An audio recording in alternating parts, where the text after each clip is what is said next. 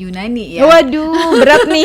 Iya gitu, maksudnya biasanya kalau pembahasan tentang narsistik ini biasanya dihubungkan seringkali gitu dihubungkan dengan mitologi Yunani, di mana zaman dulu tuh kan ada orang yang namanya Narcissus kalau nggak salah ya. Dia sangat tampan, sangat ganteng begitu ya gitu. Tapi ketika dia ketemu sama peramal buta nih, orangnya buta, jadi nggak bisa lihat dia sebenarnya kan, nggak bisa lihat dia.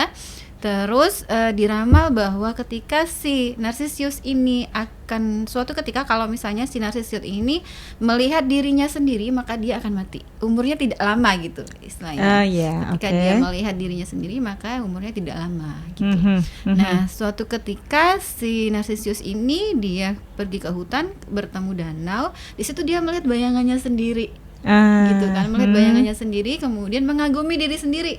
Wah, aku ternyata tampan banget ya, ganteng banget ya gitu. Dan mungkin kayak semacam kagum cinta gitu ya pada dirinya sendiri. Pada dirinya sendiri. Makanya kemudian Freudian atau misalnya ahli psikologi namanya Freud gitu ya, mengatakan bahwa ini dijadikan menjadi tipe kepribadian karena tipe kepribadian narsistik ini adalah orang yang kagum pada dirinya sendiri. Gitu, jadi ya. lebih pada kekaguman kepada diri sendiri. Dan dia ingin dikagumi oleh orang lain gitu. Gitu. Intinya begitu. Artinya berarti kalau orang tipe narsistik ini adalah mereka itu secara berlebihan itu ingin dikagumi oleh orang lain gitu ya. Berawal karena kecintaannya terhadap dirinya sendiri itu tadi. Jadi butuh perhatian yang nyata gitu ya. Makanya mungkin kalau Mbak Alia tadi bilang dia percaya diri loh gitu. Gitu salah kan. Berarti ya pede banget. Padahal kalau pede lebih bagus gitu ya. Iya, jadi bedanya percaya diri dengan narsis ini ada bedanya gitu. Kalau percaya diri dia ini mengakui atau mengenal bahwa dia ini punya kelebihan, tapi dia tidak butuh validasi dari orang lain. Kalau percaya diri, dia percaya diri, percaya bahwa dia mampu melakukan, punya kemampuan itu, tapi dia nggak butuh nih validasi. Mau divalidasi oke, mau tidak juga saya pede aja. Nggak apa-apa, pokoknya gitu. Dia tetap show up gitu. Maksudnya saya mampu gitu ya. Itu kalau percaya diri. Nah, kalau orang narsistik ini biasanya mereka butuh validasi dari orang lain bahwa kalau misalnya dia menunjukkan sesuatu, orang lain akan menganggap dia butuh bahwa orang lain itu akan menganggap bahwa ya kamu ternyata bagus banget ya, kamu ternyata mampu banget ya gitu. Nah, ini yang dibutuhkan oleh orang narsistik. Nah, gimana kalau ternyata orang narsistik ini tidak mendapat validasi dari orang lain? Nah, biasanya memang cirinya adalah mereka mudah marah nih, atau mungkin bisa jadi kalau sudah gangguan bisa jadi melakukan manipulatif supaya orang lain itu percaya sama dia. Bahasanya kita tuh pencitraan gitu mungkin ya. Pencitraan, tapi pencitraan yang tidak sesuai kenyataan. Ya kadang mungkin gitu. Maksudnya kalau orang-orang narsistik itu kan mereka minim empati ya. Lebih begitu. Kalau percaya diri mereka masih punya empati nih. Masih punya empati walaupun misalnya dia ingin menunjukkan bahwa dirinya mampu, tapi masih mempertimbangkan rasa empati. Gitu. Jadi sebenarnya kalau kan tadi sempat ya di off air kita bicara tentang ada kok sebenarnya narsistik itu sebenarnya gaya orang gitu ya, bukan maksud tidak mesti masuk dalam gangguan kepribadian gitu kan. Nah, kalau di gaya kepribadian sendiri narsistik itu tipikalnya seperti apa? Sebenarnya tipikalnya tuh hampir sama nih, sama NPD atau narcissistic personality disorder gitu ya. Cuman yang membedakan adalah levelnya nih. Kalau misalnya kita level pedas, dia levelnya kalau yang gaya itu masih 1-2 nih gitu ya. Kalau misalnya yang tipe kan ada dibanding kepribadian itu dibagi 3. Jadi dia masuk ke gaya kepribadian atau tipe kepribadian atau udah gangguan kepribadian.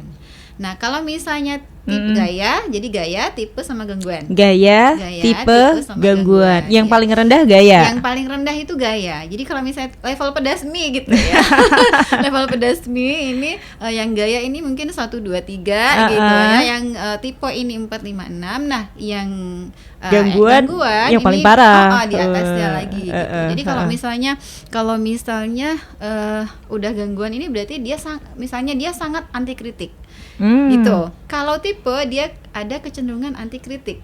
Jadi Ada kecenderungan. Kalau kecenderungan itu kan tidak selalu anti kritik, Iya. ya, gitu. Nah kalau gaya dia hampir sama kayak tipe. Jadi dia nggak selalu kok anti kritik, tapi sesekali dia akan anti kritik. Saya begitu. Kan kalau orang narsistik itu salah satu cirinya adalah anti kritik. Yang nggak suka dikritik gitu ya. Menurut dia paling benar gitu. Nah, kalau sudah menjadi gangguan maka dia akan sangat anti kritik. Apapun yang apapun yang masuk ke dia, kalau menurut dia itu tidak sesuai dengan pendapatnya, biasanya tidak diterima gitu. Entah itu benar, entah itu salah, tapi bagi dia yang benar gitu betul, ya. gitu. Oke, selain anti kritik, tipikal dari narsistik ini apa lagi, Mbak? Yang pertama, mereka tidak mau introspeksi ya. Maksudnya gitu. Mereka tidak suka untuk introspeksi terhadap kesalahan yang mereka lakukan. Karena tidak merasa salah. Betul, karena tidak merasa salah. Kalau sudah masuk ke gangguan biasanya mereka sudah tidak merasa salah gitu. Kemudian yang paling jelas adalah mereka minim empati tadi. Mereka minim empati ya. Maksudnya kalau kita kan mungkin akan berpikir kalau sikap saya begini, efeknya ke orang lain bagaimana gitu ya. Kalau dia tidak begitu. Mereka cenderung untuk minim empati, kemudian satu arah saja. Maksudnya kalau hubungannya minim empati, hubungannya dengan satu arah. Maksudnya satu arah tuh gini. Yang mereka prioritaskan adalah dirinya. Jadi satu arahnya ke dirinya, bukan dua arah ke orang lain. Ada timbal balik kan biasanya gitu. Nah, ini dia satu arah saja. Pokoknya dirinya yang harus diprioritaskan bukan orang lain gitu. Makanya biasanya minim empati, paling mau diperhatikan tapi minim empatinya, dan gitu tidak bisa salah meskipun dia sebenarnya salah gitu ya. Oke. Nah kan tadi ada gaya, ada tipe, ada gangguan. Kalau yang gaya itu kan yang paling rendah. Gaya itu bawaan, pengaruh sosial atau gimana, Mbak? Jadi setiap kepribadian itu faktor yang mempengaruhi itu pasti tidak hanya dari bawaan gitu ya.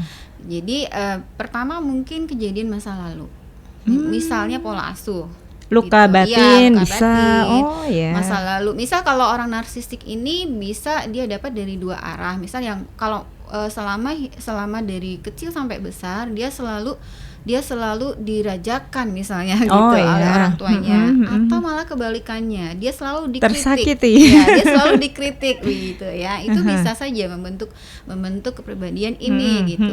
Atau lingkungan bagaimana pengaruh lingkungan ke dia. Maksudnya dia diperlakukan apa selama ini, memang sering disanjung gitu ya, atau justru sering dibully. Betul. Atau justru kebalikannya gitu. Tapi memang ada faktor genetik. Gitu. Untuk gangguan-gangguan psikis biasanya ada kecenderungan genetik. Ada juga begitu. Jadi kita tidak bisa melihat si A ini dia NPD karena ini. Kita harus lihat nih secara keseluruhan ya. Riwayat hidupnya bagaimana, apakah memang misalnya punya orang tua yang sama, atau misalnya lingkungan atau pola asuh yang bagaimana yang sehingga membentuk dia ini seperti ini. Jadi kalau kepribadian ini kita melihat riwayatnya bagaimana. Tidak dikatakan bahwa ini kayak bakat bawaan gitu ya. Tidak begitu, tapi memang ada pengaruh gennya.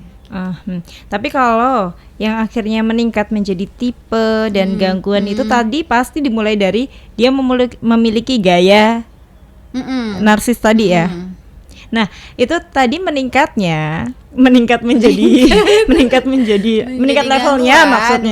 levelnya menjadi tipe atau gangguan.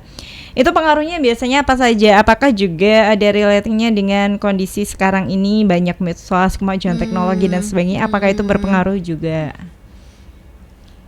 Lingkungan itu kalau masuk lingkungan ya. Jadi sebenarnya semua berpengaruh, tinggal dia itu menerimanya yang bagaimana dan meresponnya bagaimana. Kan ada orang misalnya dia pengaruh medsos bagi dia biasa aja sih gitu ya kan, nggak selalu, karena dia merasa itu bagi dia belum terlalu penting, atau misalnya fokusnya dia bukan ke situ nih, gitu ya.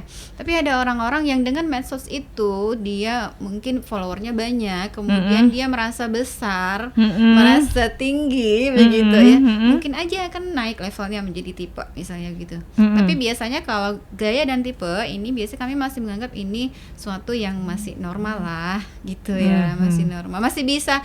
Artinya normal ini dalam arti gini, artinya si individu ini masih bisa mengontrolnya, gitu, mengontrolnya sehingga tidak keluar menjadi gangguan.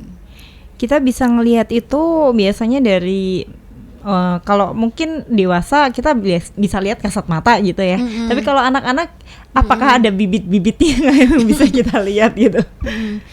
Bibitnya kalau bibit pasti ada. Bibit pasti ada. Bisa kelihatan kalau anak ini kok nggak mau ngalah gitu ya, nggak mau ngalah kan. Kalau narsistik juga dia ada kecenderungan untuk tidak mau mengalahkan, anti kritik tadi kan. Jadi apa bedanya dengan keras kepala itu nanti? Jadi kalau misalnya ini sudah mengganggu dirinya dan orang lain, maka itu kita sudah aware nih, harus waspada, begitu ya. Jadi bisa dilihat dari ininya tadi, yang pertama dia nggak mau ngalahan. Nah, nggak mau ngalahan tadi berarti kan dilihat dari sisi usia juga dong, Mbak. Kayak kalau balita kan wajar misalnya punya kayak gitu. Nah, ini yang menjadi tidak diwajarkan ketika sudah memasuki usia berapa? Tipe kepribadian ini biasanya akan menetap di usia 15 tahun ke atas. Berarti bisa dilihat dari situ ya? Ya, biasanya begitu. Jadi biasanya kepribadian ini kita lihatnya biasanya kalau udah 15 tahun ke atas dia cenderung menetap. Gitu. Jadi kalau anak-anak kita akan melihat usianya 5 tahun dia masih nggak mau ngalah. Nah, berarti kita masih melihat itu sebagai proses dia kompetensi sosialnya ya, kompetensi sosialnya. Berarti dia masih nggak mau ngalah karena memang secara psikologis anak usia 5 tahun masih egosentris. Gitu ya, masih egosentris. Tapi apakah si anak ini masih punya empati kalau misalnya kemudian kita ingatkan, gitu ya, karena kan masih proses pembentukan kepribadian usia segini ya. Ini ada pertanyaan nih, Mbak. Gimana dong, Mbak, kalau nggak narsis kita nggak closing dong kalau jualan, katanya gitu. Terus apa bedanya narsis sama personal branding gitu? Iya kan, kalau sekarang memang kalau kita lihat mentor-mentor bisnis gitu, salah satu strategi jualan adalah membangun personal branding gitu. Terus dia tanya, kalau kita nggak membangun personal branding gimana dong kita mau closing? Beda nggak personal branding itu sama narsis gitu? Saya pikir beda ya, karena gini, personal branding, misal dia membranding dirinya bahwa seorang motivator, gitu ya, saya motivator nih gitu. Tapi dalam artian motivator ini ketika ketika ada acara kita memberi saran itu bisa diterima atau tidak, mau diterima atau tidak. Kalau misalnya dia mau menerima kan, walaupun motivator masa sih nggak menerima saran, gitu kan, yang membedakan itu. Gitu. Tapi kalau misalnya orang yang narsis, bedakan narsis dengan percaya diri tadi ya. Gitu. Kalau pikir mungkin personal branding lebih kepada dia harus percaya diri untuk membranding dirinya. Membranding dirinya sehingga orang lain juga ikut percaya ke dia. Karena otomatis kalau misalnya orang itu tidak percaya diri, gimana orang lain mau trust ke dia kan? Makanya dia harus percaya diri untuk ini loh brand saya itu begini ya, atau branding diri saya itu begini. Nah, dalam misalnya ya ketika kita berhubungan secara sosial dengan dia gitu ya. Kalau misalnya dia ini masih menunjukkan empati, masih mau diberikan saran, itu berarti dia belum kepada gangguan NPD. Oke, baik. Itu ya. Jadi beda ya antara narsis dengan personal branding tadi. Tentunya kalau personal branding masih ada batas sesuai dengan kebutuhan tadi ya. Betul. Terus ini ada cerita nih ya. Kalau tadi bercerita tentang bisa jadi sebuah tipe narsis itu tadi berkembang menjadi gangguan ketika salah satu yang dipengaruhi oleh sosmed tadi, ketika dia memiliki followers, dia merasa ditinggikan dengan itu. Nah, ini gimana dengan kasus yang pernah terjadi gitu ya, pernah terjadi di mana dia mengumpulkan massa. Jadi kayak dia punya followers yang banyak, dia tidak sependapat dengan pendapat orang lain atau komentar orang lain tentang dirinya. Lalu dia mengumpulkan followersnya, sebenarnya bukan mengumpulkan ya, dia membuat sebuah narasi begini yang akhirnya mengarahkan followersnya itu untuk memberikan pembelaan ke dia, yang akhirnya kayak menyerang yang memberikan komentar seperti itu. Apakah juga termasuk pengaruh media sosial menjadikan itu sebuah gangguan, dan itu apa termasuk juga gangguan narsistik gitu ya? Kalau itu dia ini dewasa, kalau orang ini dewasa, maka kita bisa ini mengatakan bahwa ya ini dia mungkin ada kecenderungan untuk menjadi NPD ya, atau dia punya kecenderungan NPD. Tapi kan untuk menentukan dia NPD atau tidak, kita nggak bisa dong secara hanya melihat dari satu kali postingan gitu ya, kemudian kasus itu aja gitu kan. Ketika menentukan bahwa dia ini NPD, maka dia butuh diagnos dari psikiater atau psikolog gitu ya. Nggak bisa kan sekarang banyak ya mengatakan ini NPD itu ciri-cirinya gini, kemudian orang-orang kemudian mendiagnosa sendiri gitu ya. Mendiagnosa sendiri atau cocok lagi gitu ya. Jadi kayak dia NPD deh karena ini cocok deh gitu.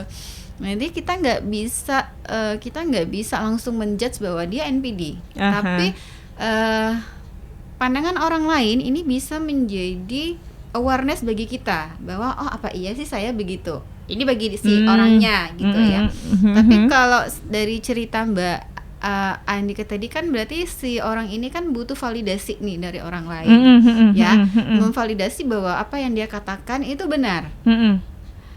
Kemudian berusaha untuk menjelekkan orang lain atau mengcounter perkataan orang lain terhadap dirinya, kan gitu.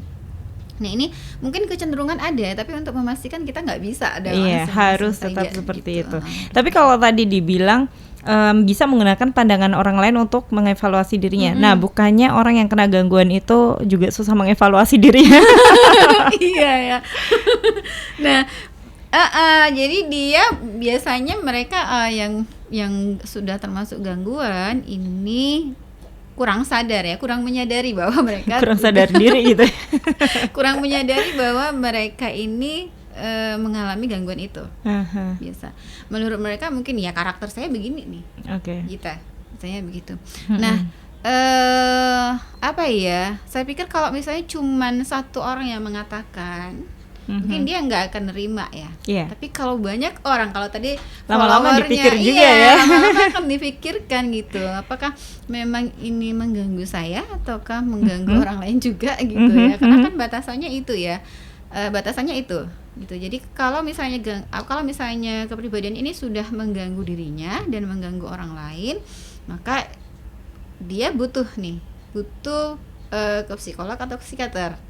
Berarti kan dia kalau sudah tahu oh ini kayaknya mengganggu saya atau mengganggu orang lain gitu ya. Nah, ini harus mawas diri ya. Iya. Nah, kalau kita sendiri nih, buat kita sendiri, kita mungkin meniadakan atau kita nggak memandang pendapat orang lain. Tapi kalau kita sendiri, bisa nggak sih kita menilai narsis kita itu termasuk yang dalam gaya tipe atau sedang gangguan? Jadi kayak aware dengan diri sendiri gitu. Tapi mungkin kalau masih aware belum masuk gangguan kali ya. Iya, belum. Jadi kalau misalnya kita masih aware itu, saya pikir masih ini gaya atau tipe gitu ya. Karena kalau aware itu kita menyadari bahwa ada yang salah. Ya, ada yang salah, apakah sikap saya ini salah? Gitu ya. Kita akan berpikir begitu kan kalau aware itu. Jadi kalau itu masih dalam batas-batas yang normal. Oke, gitu. Ya, pendengar bisa bergabung ya bersama kami di 081226170777. Habis ini kita akan membahas tentang dampaknya ND ini, narcissistic disorder ini dalam kepribadian dan sosial dengan orang lain. Nanti kita akan lanjutkan setelah jeda berikut ini.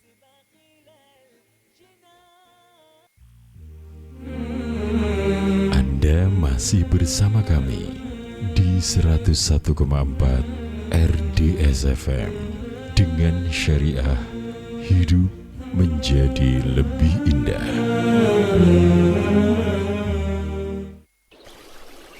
Mal Jamal, lah aku ki lagi butuh klosoi Mal. Alah, kowe lho, agar butuh apa-apa mesti dadak ngono lho. Lho lah piye lho Mal? Lah Pak RT kuwi ngabarine yo ndadak kok. Alah mulakno ning omahku ya kudu selalu sedia kloso ngono lho, Jo. Dadi yen pas butuh ki ya ora gendadapan kaya ngene iki. Iya ya jane ya. Lah terus iki enake tuku kloso apa ya, Mal? Kono tuku kloso kuwi sing wis teruji apik kualitase lan apik penampilane lho, Jo. Weh. Lah kuwi mah mereke apa kuwi? Nah, nek masalah merek, pilih sing mereke Mawar, Kota Santri, Kupu-kupu, Bunglon, Bangau, lan Gajah Mas. Wow.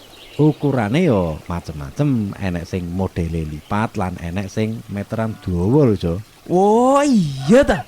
Nah, cocok juga dinggo acara pengajian, tasyakuran, yasinan, manakiban, solawatan, tahlilan, rapat RT, ibu-ibu PKK, arisan lan liya-liyane, Jo. Oke ya Mal ternyata Mal. Ayo gendang mangkat. Selak udan deres iki. Siap. Anda membutuhkan tikar? Beli saja tikar merek Mawar, Kota Santri, Kupu-kupu, Bunglon, Bangau, dan Gajah Mas. Lek, sidane Eko ki arep kuliah ngendi to? Iya iki.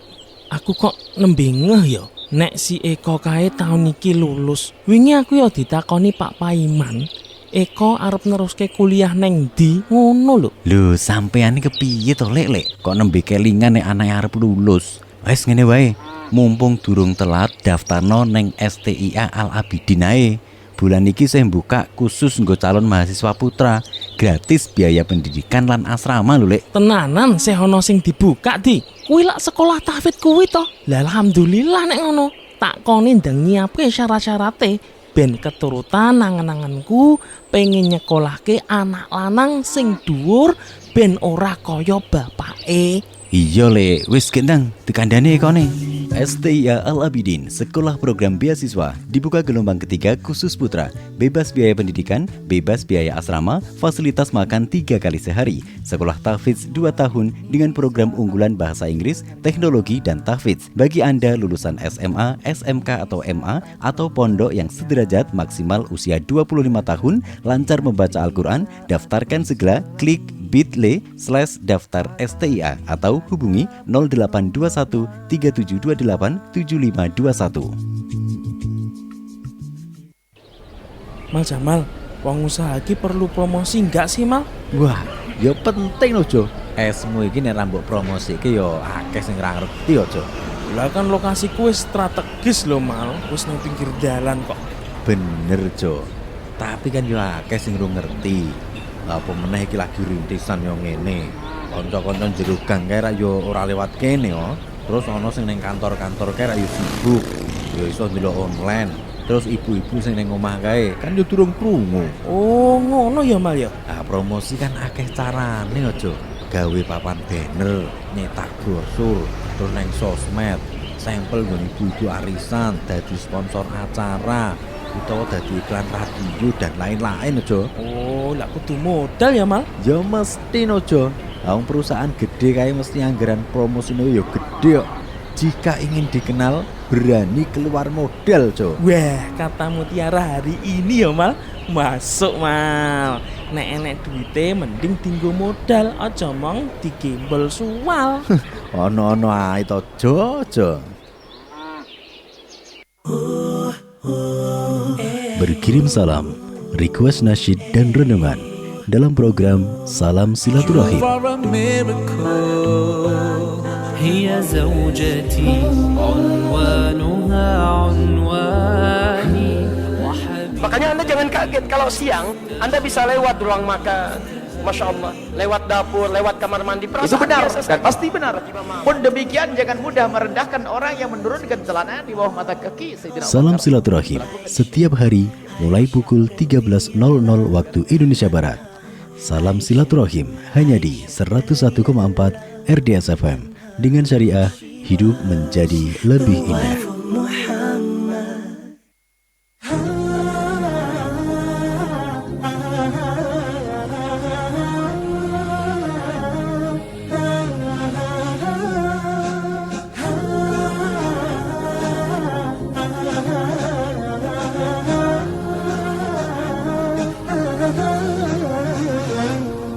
شمس روحي وحي ربي جنتي وحياة. Iya, kembali lagi ya tentang narcissistic disorder. Nanti kita lanjut, kalau tadi kan baru ke ciri-ciri narsisnya. Nah, narsistiknya masih ada lagi level yang lebih tinggi, ciri-ciri narcissistic disorder yang sudah gangguan gitu ya. Iya, tapi kita jawab dulu ini ya.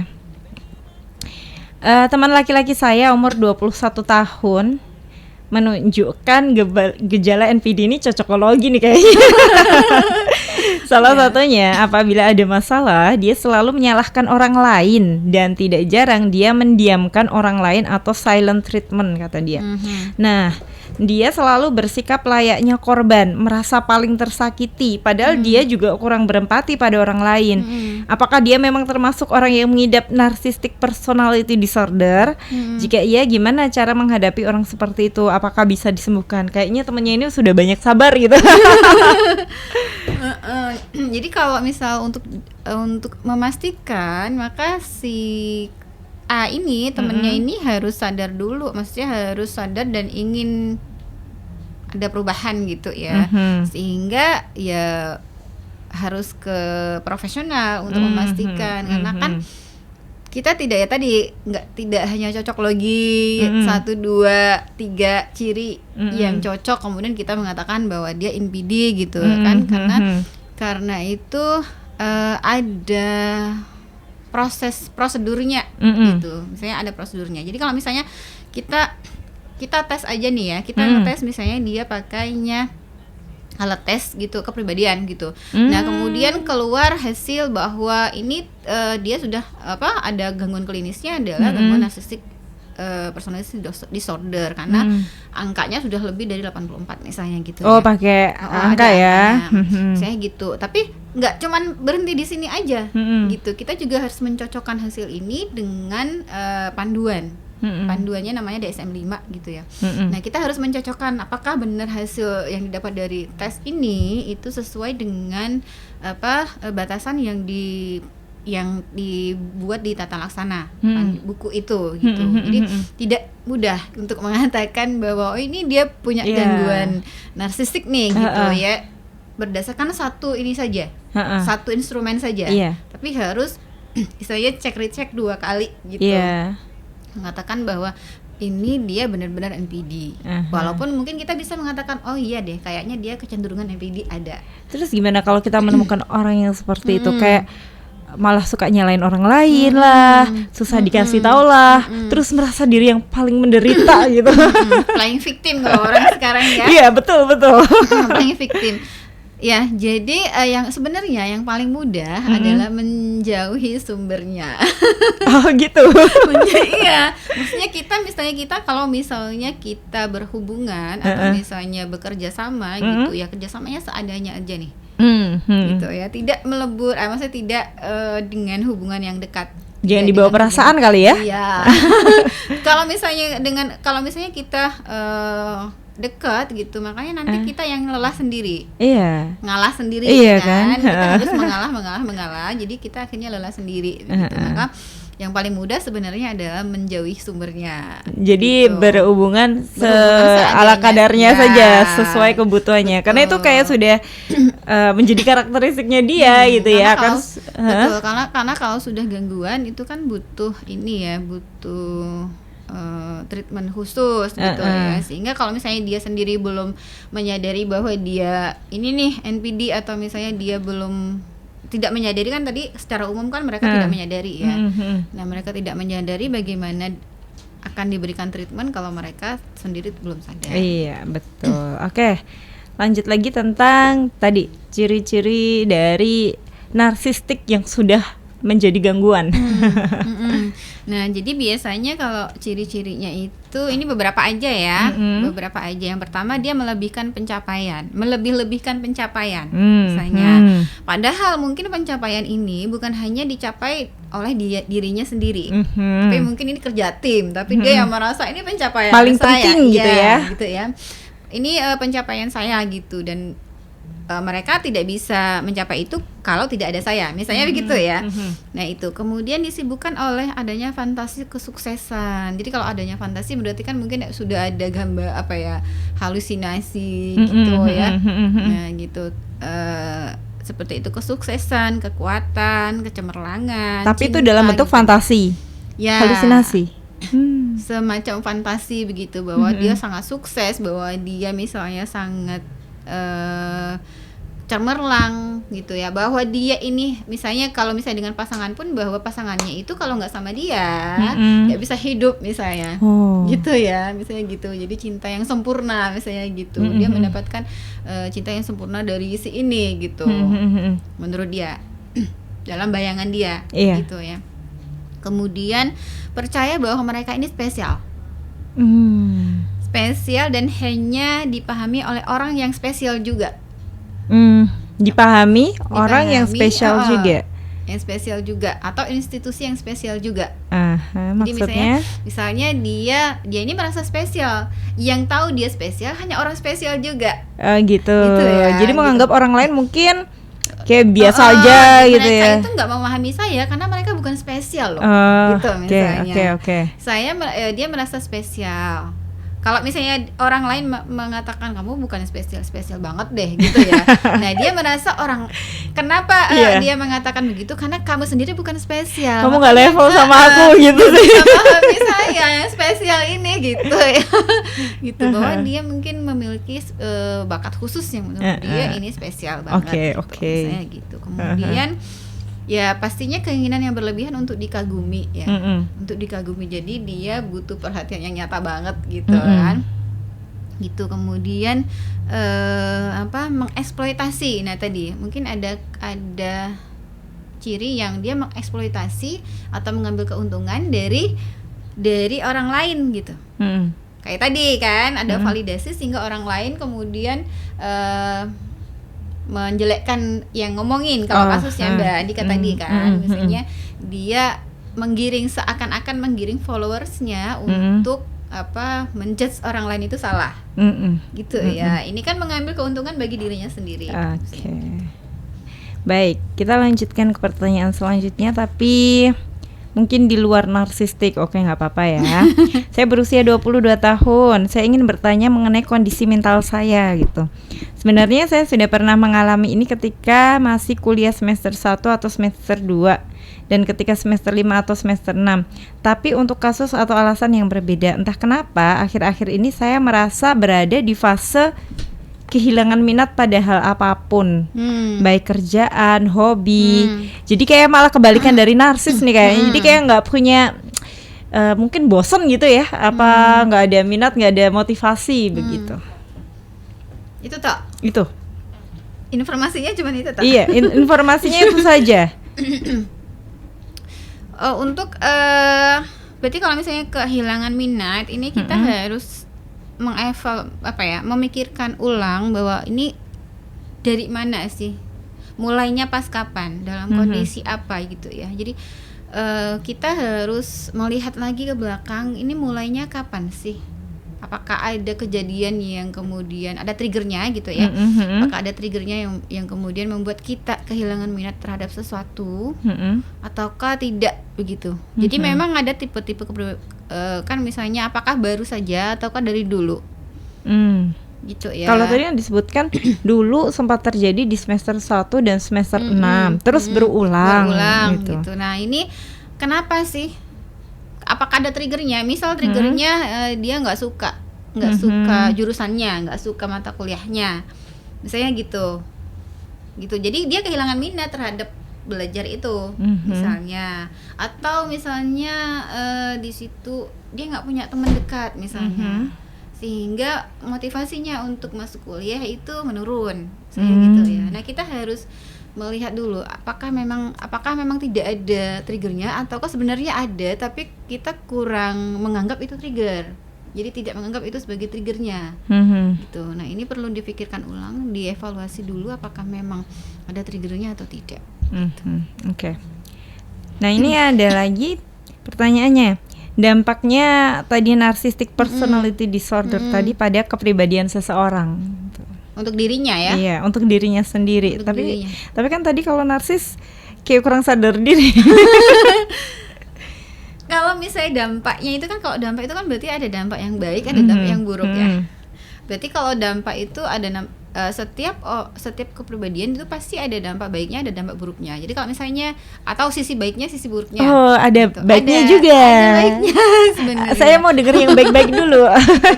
Jadi kalau misalnya dia ini narsistik gitu ya, biasanya orang-orang narsistik ini sangat percaya diri, Iya. sehingga biasanya pencapaiannya akan diutamakan optimal. Jadi daya juangnya terpengaruh oleh kepercayaan dirinya. Semakin dia percaya diri, biasanya daya juangnya semakin oke. Biasanya gitu ya, berbanding lurus nih biasanya. Iya. Nah, jadi ketika daya juangnya ini baik, maka hasil yang didapat biasanya akan lebih baik. Oke. Ya, akan cenderung baik lah dibandingkan yang daya juang sedang-sedang begitu ya. Itu sisi baiknya dari narsistik. Kemudian dia mungkin akan mempunyai pergaulan yang luas. Gitu ya, karena mau show off tadi ya, gitu ya. Jadi dikenal banyak orang nih, gitu, dikenal banyak orang. Itu kan sebenarnya baik ya. Iya. Untuk sesuatu yang baik sebenarnya dikenal banyak orang. Nah, itu sisi baiknya. Kemudian dia berarti kan mentalnya kuat nih. Dihantam, dikritik orang lain aja nggak goyah gitu kan.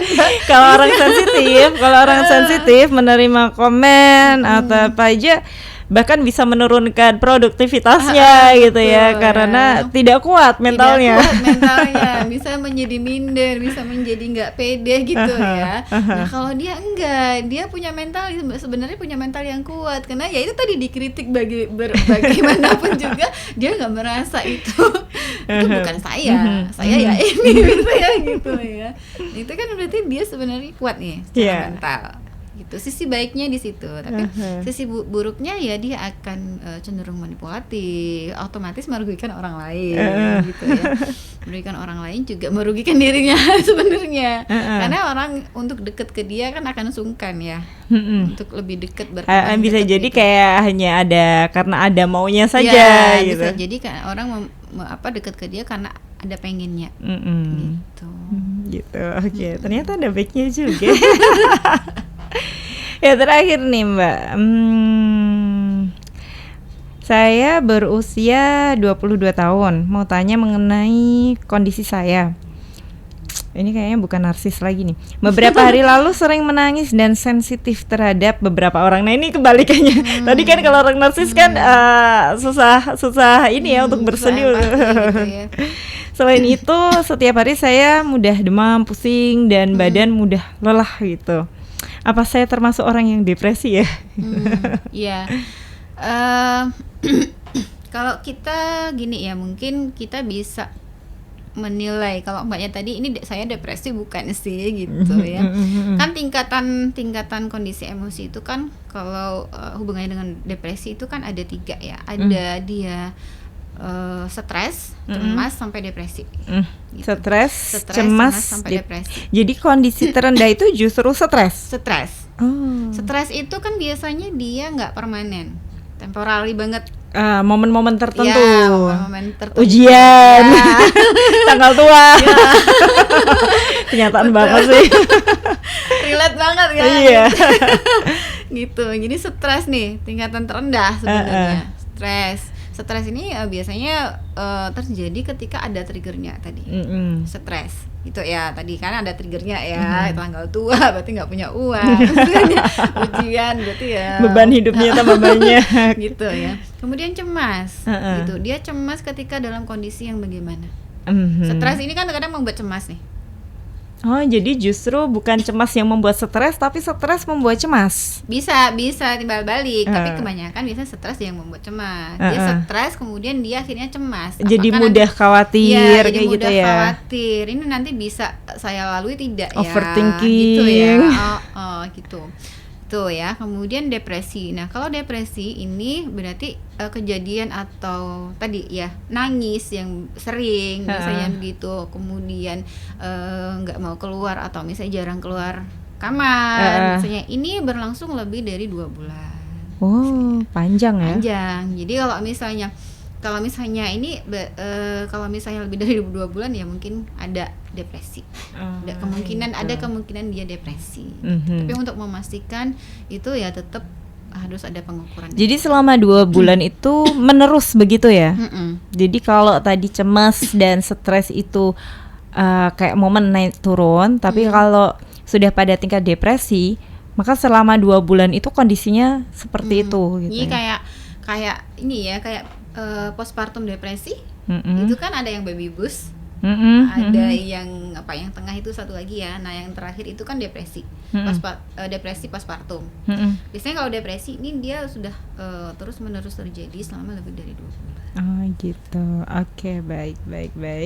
Kalau nggak salah saya 2 bulan ya. 2 bulan. Baik, begitu ya pendengar ya. Tadi perbincangan kita tentang narcissistic disorder. Semoga kita dijauhkan dari, kita boleh punya rasa cinta pada diri sendiri, tapi tidak boleh berlebihan ya. Terus boleh kita punya bermental baja, tapi tetap harus bisa menerima kritikan. Ambil baiknya. Tapi kalau kita masih punya rasa kesadaran, aware, berarti insya Allah tidak masuk dalam gangguan narcissistic disorder. Oke, mungkin ada closing statement nih Mbak. Closing statementnya seperti biasa. Iya. Ketika kita menilai kayaknya ini ada ciri-cirinya di saya, misalnya untuk memastikan itu, jadi jangan self diagnose tadi ya, jangan mendiagnosa diri sendiri atau orang lain ya. Jangan mendiagnosa diri sendiri atau orang lain. Kalau misalnya merasa salah dengan dirinya, merasa ada yang salah dengan dirinya, maka pergilah ke profesional. Sehingga treatment yang diberikan juga tepat gitu. Betul. Dan tentunya itu semua nanti ketika kita tahu dalam diri itu sedang tidak baik-baik saja, jangan menganggap enteng gitu ya, karena sesuatu yang mungkin manusiawi gitu. Tapi ketika lama-lama memperparah itu tadi, tentu gangguannya tidak hanya ke diri kita sendiri, tapi juga lingkungan sekitar kita gitu ya. Kayak tadi misalnya ada orang yang sudah narsistiknya tingkat tinggi gitu, udah nggak bisa dikasih saran apapun, sebenarnya orang lain di sekitarnya sudah terganggu gitu ya. Orang lain terganggu kan. Oke, semoga bermanfaat ya perbincangan kita hari ini. Saya Andika Ale juga Mbak Dewi mohon undur diri. Subhanakallahumma wa bihamdika asyhadu alla ilaha illa anta astaghfiruka wa atubu ilaik. Wassalamualaikum warahmatullahi wabarakatuh.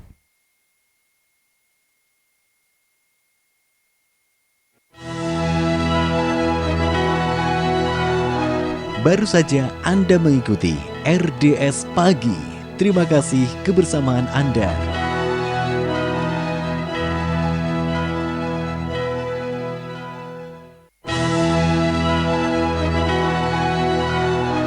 Baru saja Anda mengikuti RDS Pagi.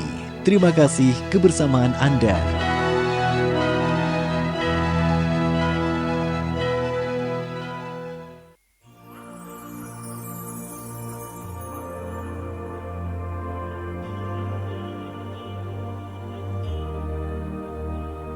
لأجاريهم قلدت ظاهر ما فيهم فبدوت شخصا آخر كي أتفاخر وظننت أنا أني بذلك حزت غنى فوجدت أني خاسر فتلك مظاهر لا لا لا نحتاج المال كي نزداد جمالا جوهرنا هنا في القلب تلالا لا لا نرضي الناس بما لا نرضاه لنا حالا ذاك جمالنا يسمو يتعالى أوه أوه أوه أوه أوه أوه أوه أوه كن أنت تزداد جمالا أوه أوه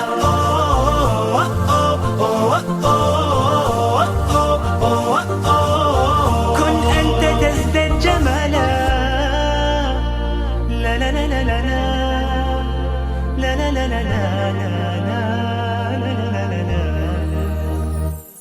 أتقبلهم الناس لست أقلدهم إلا بما يرضيني كي أرضيني سأكون أنا مثلي تماما هذا أنا فقناعتي تكفيني ذاك يعطيني. لا لا لا نحتاج المال كي نزداد جمالا، جوهرنا هنا في القلب تلا